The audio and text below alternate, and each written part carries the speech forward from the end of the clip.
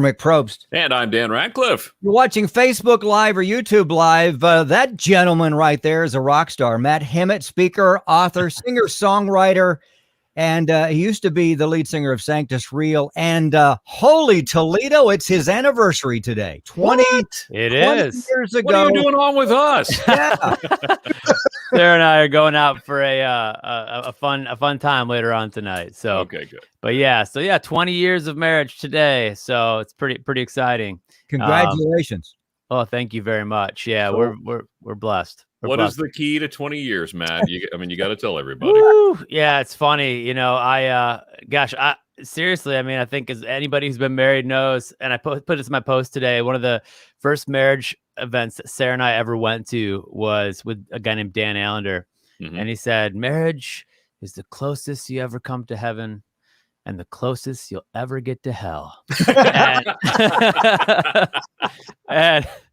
And so we were lucky enough to have some people in our lives who kind of prepared us that, faithfulness and commitment through the hard times is what leads us into the seasons of greatest joy. And so I think through our hardest moments, we've remembered that God is working in that, and that indeed he has brought us to even richer times through it. So, man, it's not easy for anybody, but the joy you get once you make it through those valleys, is really beautiful. Yeah. Well, happy anniversary. Yeah. We're talking with Matt Hammitt. And if you'll check his Facebook page, there is a beautiful picture of he and his family on the beach. And it kind of looks like one of those framed pictures you'd pick up at Target. And it's so awesome. And we'll get into business here in a second, Matt, but it sounds like you're going to the Grand Canyon in the fall. Have you ever been before? Yeah. So we actually did a family RV trip. So in 2016, when I stepped down from Sanctus Real just to be home with my family more, I actually bought an RV and we took a huge trip across the country in it. And that actually, we were before the show talking about my book, Lead Me. And that's one thing we write about a little bit in there is like our Hammitt family adventure that we took. And we did go to the Grand Canyon, but we're going back again. So we sold our big RV and now we just have a little family Sprinter van, but we're excited. We'll go through Albuquerque and Phoenix and hit the Grand Canyon again. Now, the first time around, it was more fun than the Griswold family vacation, right? It wasn't family vacation. It definitely was more fun than the Griswold family vacation, but it was a little bit like the movie RV, if you ever saw that. Yeah. My first time handling the 40-foot, A-class on my own. So we had a few. Now, if you're the Hammitt family, and I know some of the kids are obviously older, from 2016, what songs do the Hammitt family sing on the road? Oh my goodness. Gosh, I'm trying now. You got me like on the spot because I'm like trying to think of what we sing together on the road. Or does everybody have their own AirPods in? Yeah, well, my kids actually, it's funny. My kids actually like own the radio now, right? Me and my wife were just talking about this. Like, people ask me, what music do you listen to? And I'm going like, whatever my kids are listening to in the moment. That's changing like day by day, So yeah, it's just constantly changing. Yeah. That's awesome. Matt Hammitt, he's got an album out and he's got a book. We can talk a little bit about the album first, and we'll get into the book. The album's called Treetop. You released that in 2020 or was it 2019? Yeah, 2020. Yep. And it's interesting. So when I stepped out from Sanctus, I got a publishing deal with a producer and writer in Nashville, and just a really good friend of mine. And we'd written a lot of songs together even previously. And so I basically went into full-time writing more or less, along with some event. I was still doing events, but it was like during the weeks, Monday through Friday, I was writing with other artists. And so after about 3 years of that, I just realized like my own well was drying up. And I'd always been an artist first and kind of giving that and loving the process, but engaging other artists and trying to pull out the gold of their life and help them craft. I was pouring a lot of my artistry into that and just realized like I was depleted creatively. And I went through a season where I was just trying to figure out like, okay, I don't have my identity in the band anymore.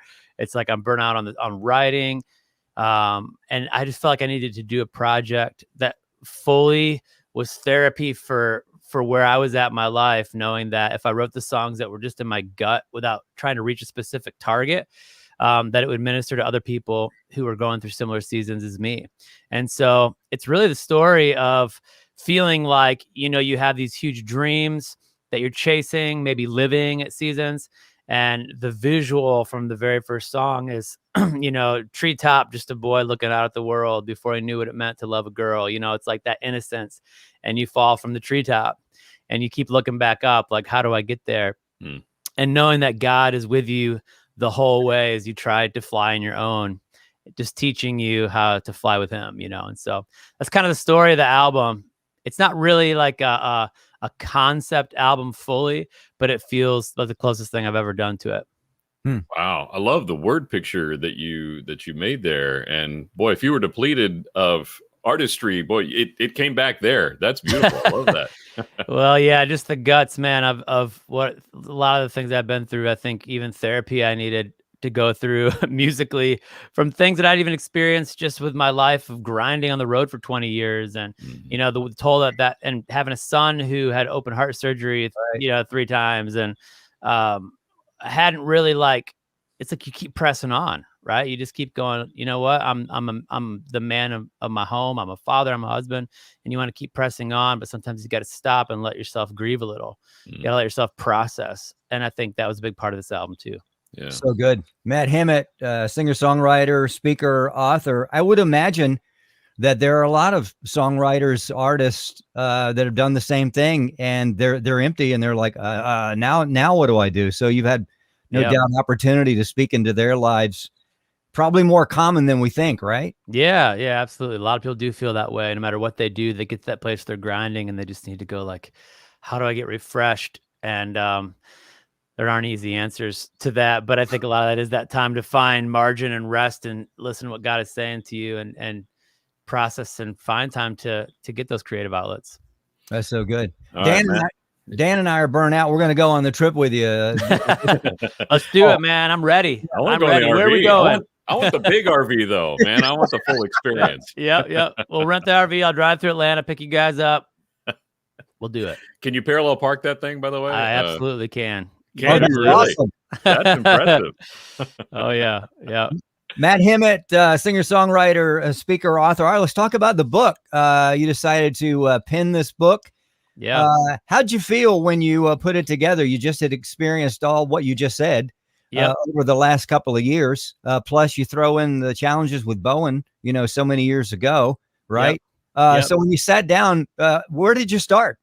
Yeah. So, after I had written the song Lead Me, and it came out in 2010, so many people from all over the world were writing me about their marriages and their families. And I immediately just realized, like, man, I would love the opportunity to take all this stuff that about marriage and family and lessons I learned and that God was teaching me into, I put it into a 4-minute song, and I really wanted to unpack that. And so throughout all those years, I was writing things about our experiences, the good and the bad, through our marriage and what God was doing through all of it. And hoping that at some point I could put it into book form. And then in 2019, Waterbrook Multnomah, part of Penguin Random House, contacted me and said, hey, we would love for you to tell the story behind Lead Me. And so I was really excited to be able to take those pieces I had already written and kind of bring it to fruition. It was a big dream of mine to do that. And so, I write about it's part memoir, part about like even my childhood, and, then going on the road to pursue my dreams and getting married the same year we signed a record deal, and living in a van with my wife. And then she gets pregnant and our dreams separate. And now it's like family dreams and career dreams are become the big tension in my life.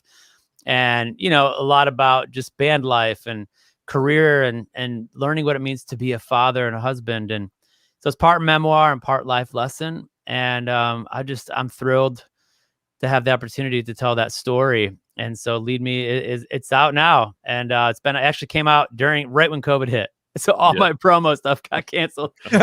But so now I'm kind of starting to talk about it a little more and try to figure out how I can can get it out to some people, because I really believe in the message, and hopefully I know that other marriages, like everybody who's reading it says, man, oh my gosh, I feel like I'm reading my own life, because everybody feels these things, Yeah. And it feels so good when you hear somebody else put into words maybe what you've been feeling or thinking, but don't know how to express. And that's my favorite part of having my ministry be words, is that I can do that for people. I can put things into words maybe they wanted to say, or that they thought or felt, that gives them some sense of like understanding of what is happening in their own lives and brings them to healing somehow in Christ. And I like the way the subtitle is worded. It's not just fighting for your marriage, children, and faith. It's finding the courage to fight for your marriage, children, and faith. Talk about the difference there. Absolutely. Yeah. It's like a big theme for me in everything that I talk about. I actually speak for Family Life Ministries as well, for the Weekend to Remember a few times a year. And and a lot of different marriage and family things, that this song Lead Me in the book has opened up now. And one of the things I love sharing about is just the difference between our imagined life and reality. Henry Cloud talks about character and integrity having to do with being able to meet the demands of reality, to look at what's real, to look at yourself in the mirror.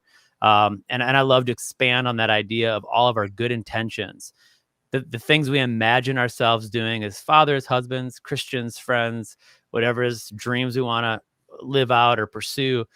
And we can almost start to believe that our imagined self is really who we are, whether or not the people around us see that. And so I think a lot of that is like finding the courage to take the things that we know we're meant to do and to turn our good intentions into actions, because good intentions are totally worthless until they become the actions that really show the people we love, that this becomes reality to the people that we love and to God and what he's called us to do. So it really is a call for us to like find that courage to step out and say, okay, I'm going to embrace the reality of who I really am and let God begin to take me into who I'm meant to be. Matt Hammitt talking about his book, Pick It Up. It's Lead Me. Do you have a audio version of that? I do. Oh, awesome. Are you reading it or somebody else? Yep. I narrated it. It was, I told my wife after I finished. So I narrated, recorded, edited, and everything. And after that, I was like, what did I sign myself up for, man? Never again. Editing an audiobook, props, man, to anybody who does that, because that's a lot of editing, dude. Wow. That was crazy. So ebook, paperback, and audio. Yep. Awesome. When you look back at the book now, you did put it together back during COVID, but it's out and you're pushing it. What about let's talk a little bit about maybe your favorite chapter, if you have one. Maybe, a lot of folks say, well, the entire book, but also the chapter that you kind of struggled with, how do I say this? How do I finish this? Do I really want this out there? Yeah, man, that's a good question. Well, there's one section I wrote that I really love. That's about basically it's the realization. There's two things, and I'll be quick on both of them. But the first one was realizing that the world goes on without me. When I stepped away from, a successful Christian band that had a platform, and realizing like, okay, people know me by this platform, and I'm losing a sense of my identity. And, that realization that as much as I wanted to climb that ladder of success, and when you're on it, you're always looking up, and it's like, there's a ton of people behind you wanting to take your place. But, your kids only have one father, your wife only has one husband. And it's like, only you can do that job. I think that was, a section of the book that really was very important for me to articulate, that I spent a lot of time on, because I wanted to make it so simple yet so impactful. And then there was another chapter in the book that is basically the hardest section to write. Was in 2010, after my son's two open heart surgeries. Sarah and I were struggling. I basically got into a situation that was, I guess it's really hard. It's hard to call it an affair, because that kind of like insinuates a lot of things that did not happen. But it was like, I was basically venting and to another person that I worked with who was older than me. So I was like, hey, I'm not like physically attracted to this person. I think like it's safe, right? It felt safe. And just started like basically becoming emotionally codependent on this other person and realizing like the impact that had on my marriage. And so that close call for me was like where, without having to, I guess, like have like a situation that could have been completely disaster for us. It was like it was getting close to the fire to be like, wow, enough to teach me lessons I needed to learn about boundaries, lessons I needed to learn about if I'm going to be doing, especially in marriage ministry and men's ministry, just how do I set those guardrails, even that are further from the edge than they were.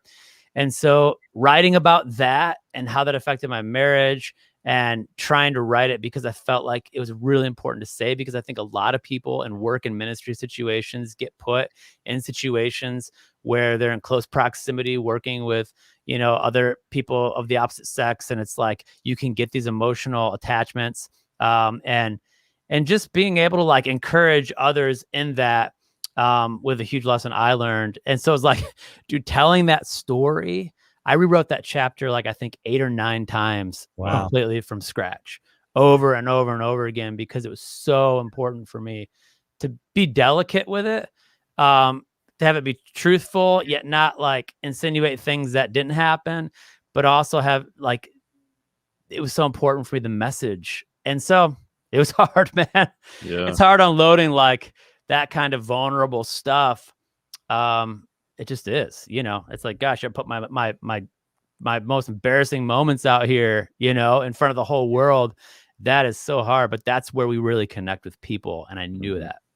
And that's going to have an impact on guys, especially that read that and maybe have gone through that, and to see like, oh, Matt went through this. I can do this. I'm not alone in this. Wow. Thanks for being vulnerable with that. Well, I've already had multiple people write me and say, man, when I read that, I identified an unhealthy relationship in my life, and it caused me to deal with it and could have saved me in my marriage. And so I'm like, I mean, just incredible. That was why I wrote it. So that's such a big deal for me to hear that. Wow. And how brave and how easy that is, because we're so connected with the people that we work with. That's our thing. That's our zone. Yeah. And then we go home and I forgot to take the trash out. So my wife yells at me for that. It's like, well, I could go back to work.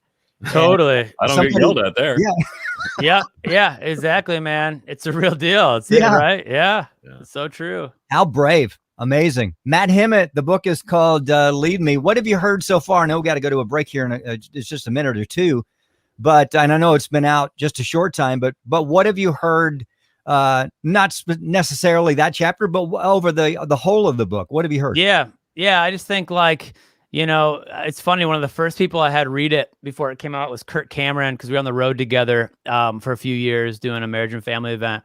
And I think like it really meant a lot to me, because he's like, man, you put into words so many things that I've felt over the years about marriage and family and the struggles and the joys of it all, that I just have never heard articulated that way before.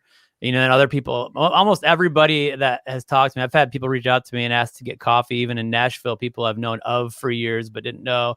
And said, I just wanted to meet with you because I wanted to know I read your book. And I felt like I was reading my life and my story. Wow. And it was so encouraging to know that I'm not alone. And so that has been a huge encouragement to me, man. Wow. So I think, cause it's like our being vulnerable. I feel like one of my gifts that God's given me is really vulnerability and putting my heart out there. I'm not the best writer. I'm not the best singer. I'm not the best songwriter, but I know how to put my heart on the table.